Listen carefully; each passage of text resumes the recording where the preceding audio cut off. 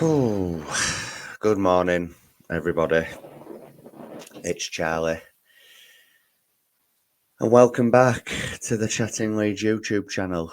I wish we were here this morning under different circumstances. As you can probably tell, my voice is a bit deep this morning from all the shouting, the angry shouting from last night's cup defeat to Middlesbrough. And I was going to leave the rant until this evening on the White Wall podcast, which, by the way, we will be live at 8 o'clock. Bring your popcorn, strap yourselves in, because it's going to be one hell of a pod tonight. Anyway, just before we get into this one, like, comment, subscribe, notification bell, all that jazz, whatever. I've obviously woken up to the news this morning that Brighton have activated a release clause for Jorginho Rutter, 40 million. Bear in mind, we only paid, 35 for him, so 5 million profit. Whatever. This is all a result of the very, very negligent business done by this club under the Victor Rutter and Andrea Radrizzani era. The fact that Somerville left for 25 million plus add-ons. Archie Gray even had a clause in his contract for him to go. And with 2.5 weeks left of the window, if Rutter decides to go, if he agrees personal terms, we are in big trouble. We are in massive, massive trouble. Isn't it weird how pre-Portsmouth we were all so optimistic after that win over Valencia? And then now, within the space of a week and a half of that game, maybe nearly 2 weeks of that game, we're now here saying that we just don't, like, what the fuck is going on at this fucking football club? That's what I want to know. What's going on? Because that last night as well was nothing short of abysmal, embarrassing, pathetic. No fight, no desire, no willingness to get that job done. Am I bothered that we're out of the cup? No. Am I bothered in the way in which we've exited the cup and how we got beat? Absolutely. Max Verber, dog shit. Cal Darlow, awful. Brendan Aronson, pathetic. Joe Gellart, he looked like a lost child out there. Crap. Bamford, crap. Perot, anonymous. Joe Rodon, I actually thought wasn't great against Portsmouth either, which might be a hot take, but feels like since he's got that number 6 shirt, he's turned into Liam Cooper. Byram always going backwards. Ampadu was okay. Firpo wasn't at his best. Who else is there? Joe Rothwell, I thought, was probably the best Leeds player. And that's not saying he was a world beater. I just thought he actually looked like he wanted to do something. But first half, I thought it was even. But then second half, we came out and we got absolutely schooled in front of our own crowd. Now, that is Leedsy. All the 3 of their goals were just pathetic defending. Defence just cut wide open. No one willing to put a foot in. No one standing up and being counted. No one taking responsibility. It was like they were just happy to get beat, which, yeah, you might not care that much about the cup. You might want to prioritise the league, but you put up a fight in front of your own fucking fans who've paid their hard-earned money to go and watch that shower of shite. Are you having a laugh? Are you having a laugh? Farker, I mean, at 2-0 he throws on Jorginho, ironically, non-toe. And they were the most creative players when they came on. Shock. I think Georgia hit the post. I thought Nonto looked bright. Why not start your strongest team? And then if you're in front, or if you realise you've lost the game, then take them off if you want to protect them. And now we're heading into a West Brom away game in 2 days' time on the back of conceding 6 goals in 2 games at home. Carlos Corberan's side, who will be good, they'll be well drilled, they'll know their game plan, and they will probably stick to it, whatever happens. Doesn't feel like there's a plan with Leeds at the minute, especially defensively, because they cut us open numerous occasions. It could have been 4, it could have been 5, it could have been maybe 6, 7 or 8 last night in that second half. We completely fell apart. Completely. And that is a team who, yes, we made changes, but it wasn't like he stuck a load of kids in.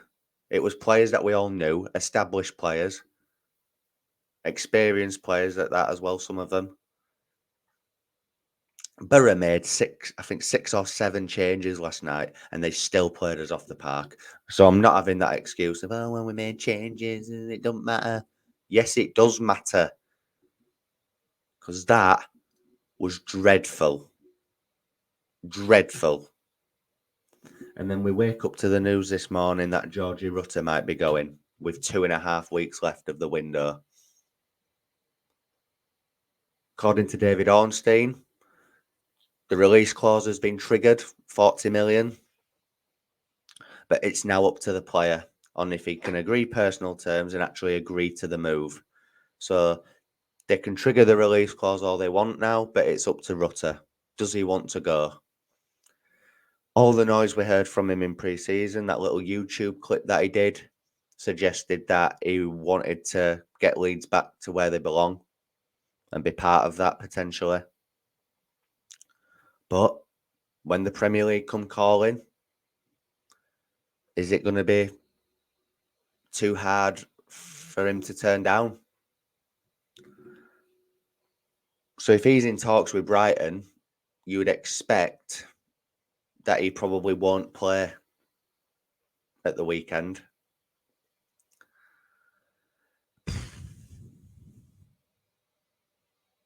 What is going on at this club? What on earth is going on? Because on the pitch, it's shambolic at the minute. An absolute shambles. Whether that's a personnel issue, whether it's a Farker issue, with his tactics and formation, who knows? I think it's a mixture of all of it, to be honest. But then off the pitch, you've still got these stupid deals that Victor Rutter and Andrea Radrizzani made. Well, actually, no, mainly Rutter. The deals that Rutter made are still affecting us to this day. Rutter release clause. Has every player got a release clause now? Every single one of the squad, have they all got fucking release clauses because we didn't get promoted? Is that what's going on here? Archie Gray release clause triggered, gone. Crescencio Somerville release clause triggered, gone. And he didn't really push to move either. But when a Premier League club came calling, he was gone. And now we're on to Jorginho Rutter. I really did not expect Rutter to leave the club. And he hasn't yet. He might turn them down. And if he does, then build him a statue. But honestly, I am livid. I am absolutely livid with the work that has been done behind the scenes at this football club over the last few years. I am livid. And that performance last night just summed it all up. A group of players that looked like strangers to each other, that looked like they'd never played with each other. And let me tell you, if Rutter does go, if that is not the wake-up call that this board need to get some fucking signings through this door in the next few weeks, then they want shooting, a lot of them. Honestly, It's getting laughable. It's absolutely pathetic. Absolutely just dreadful business that this club has done in it. Absolutely dreadful. I couldn't quite believe my eyes when I woke up and saw that as soon as I opened my eyes this morning. I've literally jumped straight from bed into this chair to do this. I never usually do that. I usually wait, but this just feels massive, does this? And I will be checking my phone constantly at work today to see what the situation is with Rutter. Couldn't really care less about that game last night now. That's done. We were crap. Move on. We need to keep Georgie. We need to do everything we can to keep Rutter at this club. Offer him a new deal. Up his wage a bit. Give him some sort of incentive to stay and be part of this hopefully promotion winning team if we can sort ourselves out.